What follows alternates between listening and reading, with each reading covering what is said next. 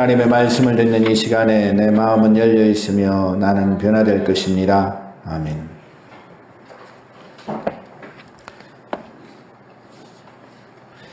우리가 우리 자신들을 돌아보아서 우리 자신들을 점검하고 또 우리 자신들의 모난 부분들을 제거하고 그리스도인의 온전한 모습으로 살아가려고 하지만 때론 그러한 삶을 살아간다는 것이 그리 쉽지는 않습니다. 만만하지 않고 녹록지 않습니다. 왜냐하면 예수님께서도 그렇게 의인으로 살아간다라고 하는 것이 좁은 길이고 힘이 드는 길이라고 말씀하셨습니다. 많은 사람들이 선택하는 길은 길이 넓고 평탄하고 좋은 길입니다. 아마 우리도 하나님 앞에 기도할 때마다 주여 우리에게 평안을 주옵소서, 우리의 인생길이 평탄하게 해주시옵소서 이렇게 기도할 것입니다. 하나님의 은혜를 주시옵소서 그 생각하면서도 그 하나님의 은혜가 그저 우리가 생각하는 평안함, 평탄함 이런 것이라고 생각할 것입니다. 그러나 때로는 성경은 하나님의 은혜가 단순히 그런 평안함이 아닐 수 있습니다. 요셉은 감옥에 갇히고 고난당하고 그런 가운데서도 성경은 요셉은 하나님께 은혜를 입었더라 라고 표현하는 것을 볼 수 있습니다. 이것은 우리가 생각하고 사고하는 방식의 은혜와는 성경이 말하는 은혜와 다르다라고 하는 것입니다. 우리는 아마 그 감옥에서 탈출하고 감옥에서 빠져나오고 그 억울한 누명을 썼던 씌웠던 보디발의 아내가 처벌받고 이런 것이 하나님의 은혜라고 생각할지 모르지만 성경은 그렇게 하지 않습니다. 그저 그대로 계속 감옥 가운데 남아 있습니다. 그렇기 때문에 하나님께서 말씀하시는 은혜와 우리의 은혜가 조금은 다른 의미로 우리에게 다가올 수 있습니다. 그렇기 때문에 우리가 믿음으로 살아가고 하나님의 뜻대로 살아갈 때에는 우리가 원하지 않았던 고난의 길, 우리가 원치 않았던 길을 걸어갈 수도 있습니다. 바울 사도도 디모데전서에서 무릇 경건하게 살고자 하는 자는 고난을 받는다라고 말씀하셨습니다. 우리가 믿음으로 살고 올바른 그리스도인으로 살 때에 그저 모든 것이 승승장구하고 잘 풀리고 평탄하게 산다고 한다면 얼마나 좋겠습니까? 어느 누가 고난의 삶을 살아가는 것을 좋아할 사람이 누가 있겠습니까? 그럼에도 불구하고 우리가 그리스도의 사람으로 온전하게 살아간다라고 하는 것은 어려움을 동반하고 있음을 우리는 깨달아야 됩니다. 물론 그 안에는 어려움만 있는 것은 아닙니다. 그 안에는 하나님의 역사하심이 있고 하나님의 은혜 베푸심이 있기 때문에 그 안에서 주시는 하나님의 은혜와 사랑과 기쁨이 넘쳐날 때가 있습니다. 하박국 선지자가 고백했던 것처럼 외양간에 소가 없고 우리의 양떼가 없을지라도 난 구원의 하나님 여호와로 인하여 즐거워할 것이다. 아무 것이 없어도 오직 하나님만을 바라보고 하나님만을 생각할 때 하나님께서 저 하늘에서 주시는 넘치는 기쁨, 샘솟는 기쁨이 우리 가운데 가득함을 여러분 경험하셔야 됩니다. 그래야만이 우리가 온전한 믿음 가운데서 살아갈 수 있는 것입니다.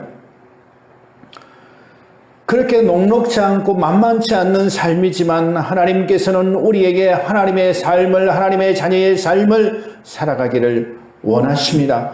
우리 그리스도인들은 하나님의 백성으로 살아가야 되는 것이 당연한 사실입니다.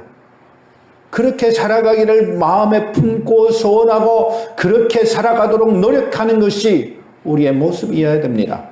왜 그렇습니까?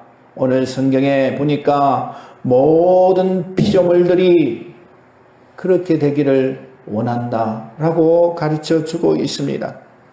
피조물들이 허무한데 굴복하는 것은 하나님 자기의 뜻이 아니라는 겁니다. 굴복시키는 자의 뜻이지 피조물들도 이 허무한데 썩어지면 종로를 안 데서 해방되어 하나님의 역사 가운데서 평안함을 가지고 살아가기를 원합니다. 말 못하는 짐승, 저 밖에 피어있는 꽃들, 나무들, 이 모든 피조물들조차도 하나님의 아들들이 이 세상에 나타나기를 고대하고 있습니다. 하나님의 아들들이 이 세상에 나타나서 그들을 온전하게 다스려 주기를 기대하고 있습니다. 하나님의 아들들은 누구입니까? 바로 온전한 그리스도인들이십니다.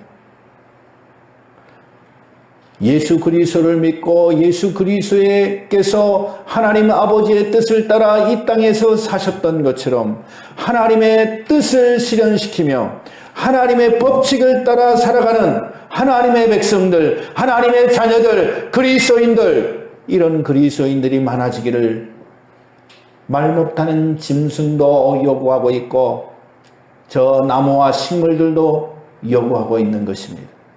이 땅의 모든 피조물들이 그렇게 요구하고 있습니다.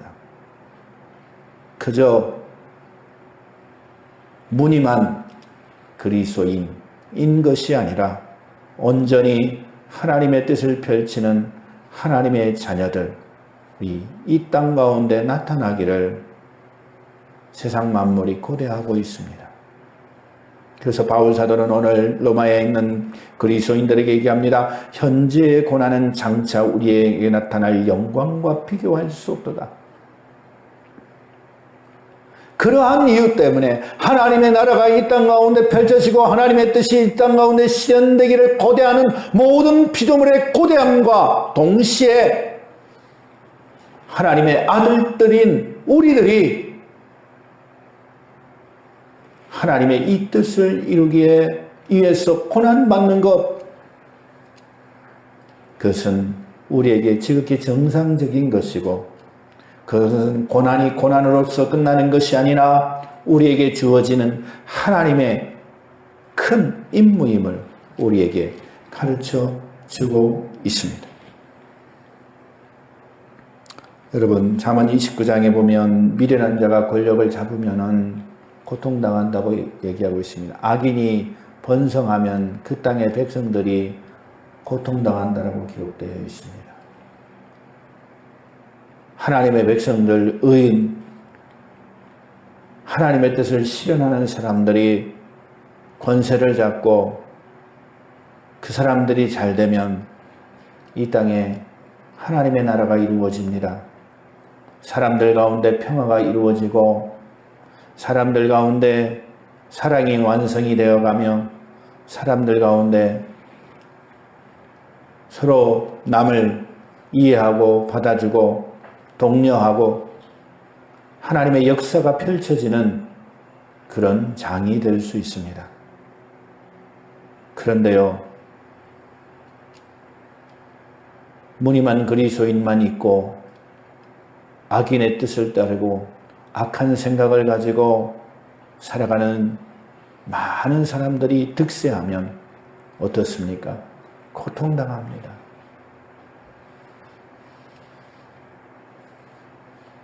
대통령 하나만 잘못 봐도 또 어떻게 됩니까? 국민들이 힘들고 어려워지죠. 아니, 대통령은 둘째치고 기업의 사장님 하나만 잘못 만나도, 알바생이 사장님 한 분만 잘못 만나도 힘들고 어렵고 고통당하죠. 물론 반대도 있지요. 사장님도 알바생을 잘 만나야 되겠죠.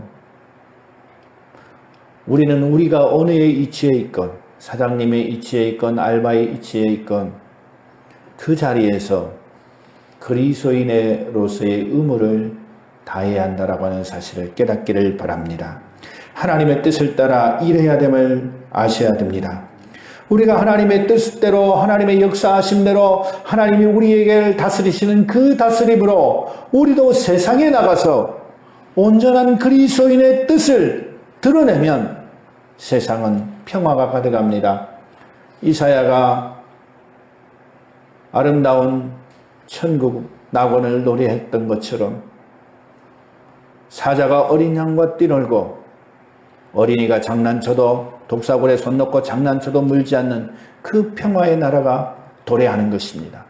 창과 칼을 쳐서 보석을 만들고 쟁기를 만드는 그 평화의 나라가 도래하게 되는 것입니다. 물론 이 나라의 완전함은 우리 구주이신 예수 그리스도께서 이 땅에 재림하심으로 이루어집니다. 이 땅에 재림하시고 우리를 천국에 들이시면 우리는 그 완전함이 이루어진다라고 하는 사실을 우리는 알고 있습니다. 그러나 그럼에도 불구하고 이 땅에 그 기간 동안에 하나님의 아들들, 이 땅에 예수 그리스도를 믿는 사람들, 그리스도인들, 이들이 하나님의 뜻을 따라 살면 이 땅에 하나님의 나라는 아주 조그맣게 이루어져 나간다라고 하는 사실을 믿으시기를 바랍니다. 그리고 여러분 각자가 하나님의 뜻에 굴복하는 하나님의 아들들이 되기를 바랍니다. 하나님의 뜻을 따라 살아가는 여러분 모두가 되기를 바랍니다. 믿음으로 살아가는 여러분 모두가 되기를 바랍니다. 그렇게 살면 우리 자신들도 하나님이 주신 평안과 은혜가 있습니다. 물론 표면적으로는 고통의 시간이 있을 수 있어요. 표면적으로는 고난의 시간이 있을 수 있어요. 표면적에는 괴로움의 시간이 있을 수 있어요. 표면적에는 도대체 왜 하나님께서 이러한 일들을 나에게 하셨는가? 궁금증을 유발할 수도 있고 따져보기도 싶고 도저히 괴로워 하나님 앞에 나와 넋두리하며 탄식의 소리를 올릴 수도 있어요. 그런 순간이 다가올 수도 있어요. 그럼에도 불구하고 하나님의 뜻은 완전하십니다. 그분은 그분의 뜻을 이루시기 위하여 때로는 우리를 매몰차게 그렇게 차가운 곳으로 내모실 수도 있습니다. 사자가 그 새끼를 낳으면 어느 정도 크면 어떻게 해요? 높은 상등성이에 올라가서 밀어버립니다. 바위덩이 위에 올라가서 아래로 굴러버려요. 구르고 여기 찍히고 저기 찍히고 안 떨어지려고 안간힘을 쓰면서 어떡합니까? 발톱으로 바위를 움켜쥐죠. 나뭇가지를 움켜쥡니다. 그래가지고 살아남으면 그는 새끼가 되죠. 새끼 사자가 됩니다. 그 새끼 사자는 결국 나중에 밀림을 호령하며 지내는 사자가 될 수 있죠. 그런데요, 엄마 사자가 그거 안타까워가지고 그걸 안 했다고 생각해 보세요. 사자가 아니라 나중에 사자가 조랑말에게도 뒤쫓기는 그런 사자가 될지도 모릅니다.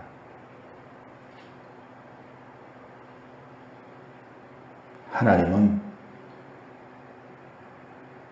우리가 알지 못하는 큰 그림을 그리고 계셔서 때로는 우리가 그 가운데 고난과 역경이 받을 수도 있어요.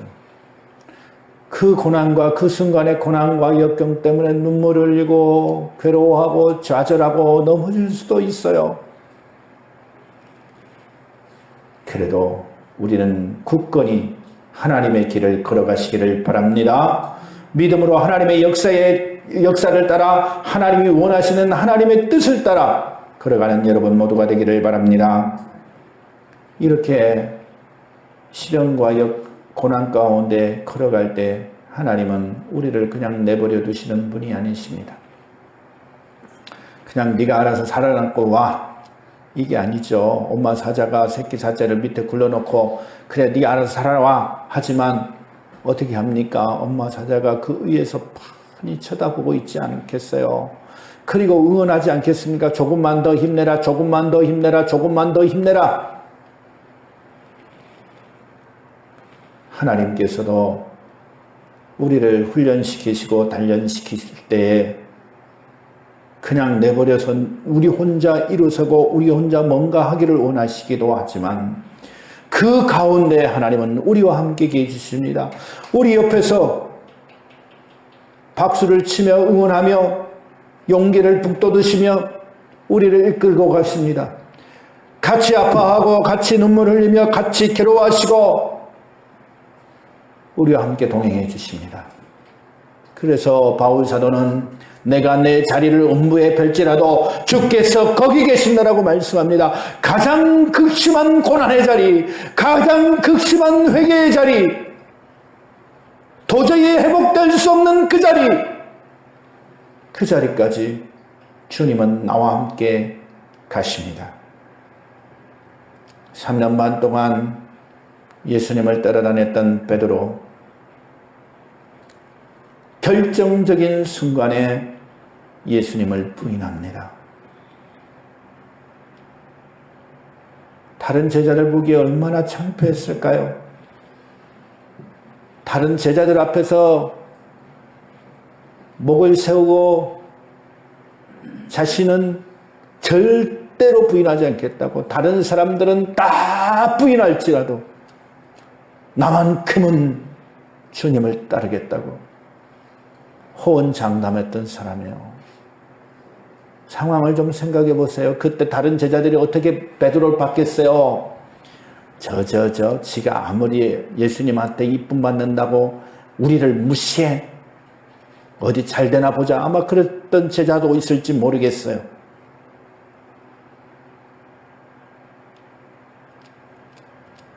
그렇게 다른 제자를 무시하며 호언장담했던 베드로가 예수님을 저주하고 예수님을 부인했어요. 한 번도 아니고 3번이나. 그죠, 여러분? 왜 성경이 3번을 강조할까요? 그리고 여러분 같으면 거기 계속 있겠어요? 3번 될 때까지? 저 같으면요, 한 번 그랬으면 그냥 거기를 빠져나와서 어디 가서 울든지 뭐든지 그냥 낙심해갖고 자빠져 자든지 뭐 하겠어요. 뭐 한다고 거기에 3번 그럴 때까지 거기 있겠어요. 물론 그 마음 가운데는 예수님을 사모하는 마음이 있었을 거예요. 그렇게 봐요. 그래도 그 난처한 상황 빨리 모면하고 싶잖아요. 그런데 끝까지 있어요. 물론 예수님이 말씀하셨으니까 그걸 이루시려고 그러는 거예요. 궁극적으로는. 그러나 어쨌든 베드로의 입장에서 보면요, 끝까지 있어요. 그러면서 3번을 다 완성해요. 3번이나 부인하고 3번이나 저주해요. 빼도 박도 못하는 거예요, 이게 여러분. 그죠? 우리도 그렇잖아요. 3, 4번. 가위바위보 3번 하자 이거잖아요. 왜? 한 번 하면 어때요? 실수할 수도 있고, 뭐 불합리할 것 같기도 하고, 그러니까 3번 해가지고, 2번 이기면 끝나잖아요. 그 뭐 이의를 더 이상 제기하지 않잖아요. 베드로 3, 4번 했어요.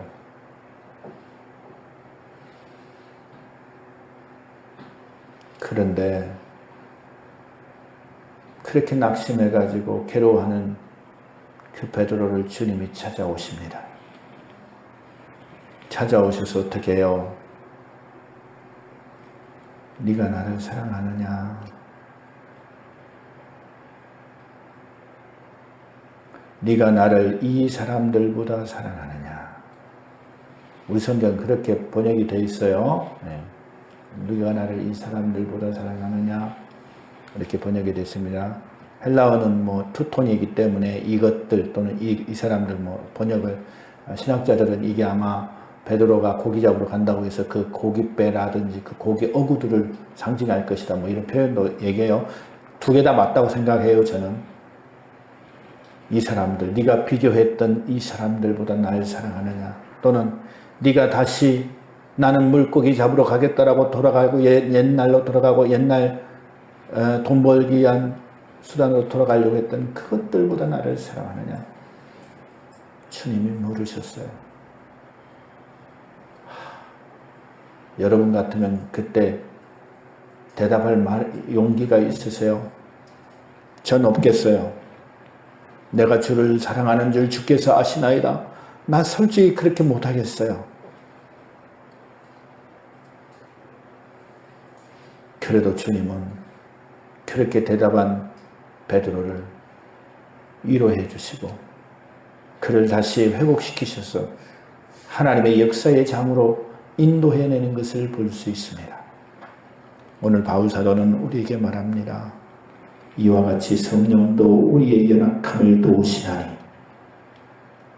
이와 같이 성령도 우리의 연약함을 도우시나니. 여러분, 이 말씀에 귀를 기울이시기를 바랍니다. 이와 같이 성령도 우리의 연약함을 도우시나니. 나가 부족하고 내가 연약하고, 이 연약함은 뭐예요? 하나님의 뜻대로 살지 못함이에요. 그냥 뭘 부족해갖고 뭘 못한다 이런 정도가 아니에요. 사실은 좀 더 깊은 의미로 가면 우리가 죄의 욕망 가운데 사로잡혀 있을 때 변변치 않은 그리스도인, 무늬만 그리스도인, 이런 상황에 있을 때에도 우리의 연약함을 도우십니다. 믿으시기 바랍니다. 주님은 그때에도 우리를 도우러 우리 가운데 오십니다.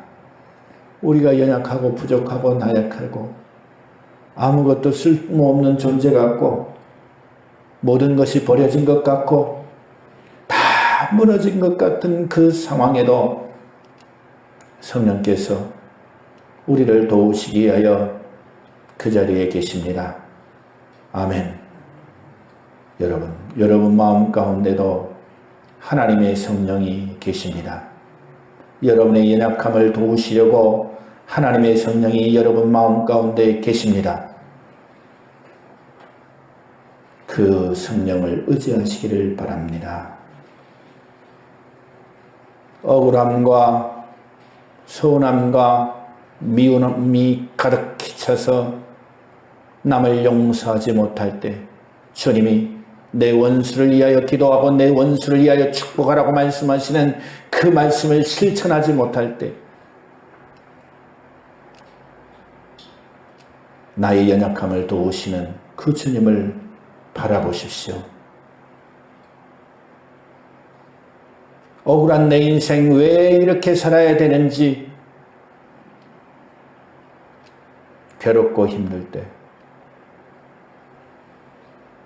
성령께서 나에게 하시는 말씀을 고요히 들어보시기 바랍니다. 성령께서는 우리의 약함을 도우시기 위하여 우리 가운데 오셨습니다. 그래서 우리가 마땅히 기도할 바를 알지 못해요.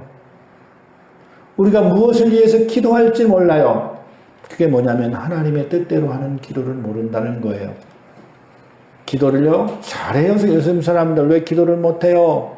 뭐 해주세요, 뭐 해주세요, 뭐 해주세요. 기도 1시간씩 2시간씩 다 잘합니다. 그런데요 하나님의 뜻대로 하는 기도가 아니에요. 하나님이 원하시는 기도대로 하는 거예요. 우리의 욕심과 우리의 모든 것들을 버리고 오직 하나님이 원하시는 뜻대로 우리를 위하여 간구해 주시는 분이 누구냐? 성령 하나님이에요. 물론 예수님께서는 우리의 일용할 양식을 위해서도 기도하라고 너희가 무엇이든지 원하는 대로 구하라 말씀하셨기 때문에 우리가 일상적인 모든 것을 기도하고 간구하는 것은 필요해요. 가능해요. 얼마든지 할 수 있어요. 그런데요 그것이 도가 지나치면 뭐가 돼요?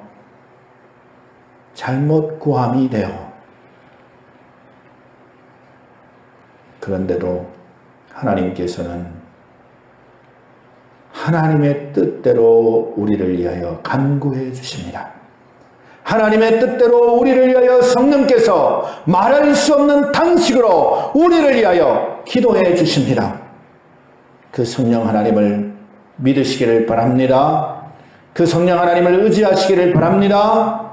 성령이 나를 통해 역사하실 것들을 기대하시기 바랍니다. 나는 아무것도 아니지만 하나님의 성령이 내게 역사하시면 이 모든 것들을 이룰 수 있음을 믿으시기를 바랍니다.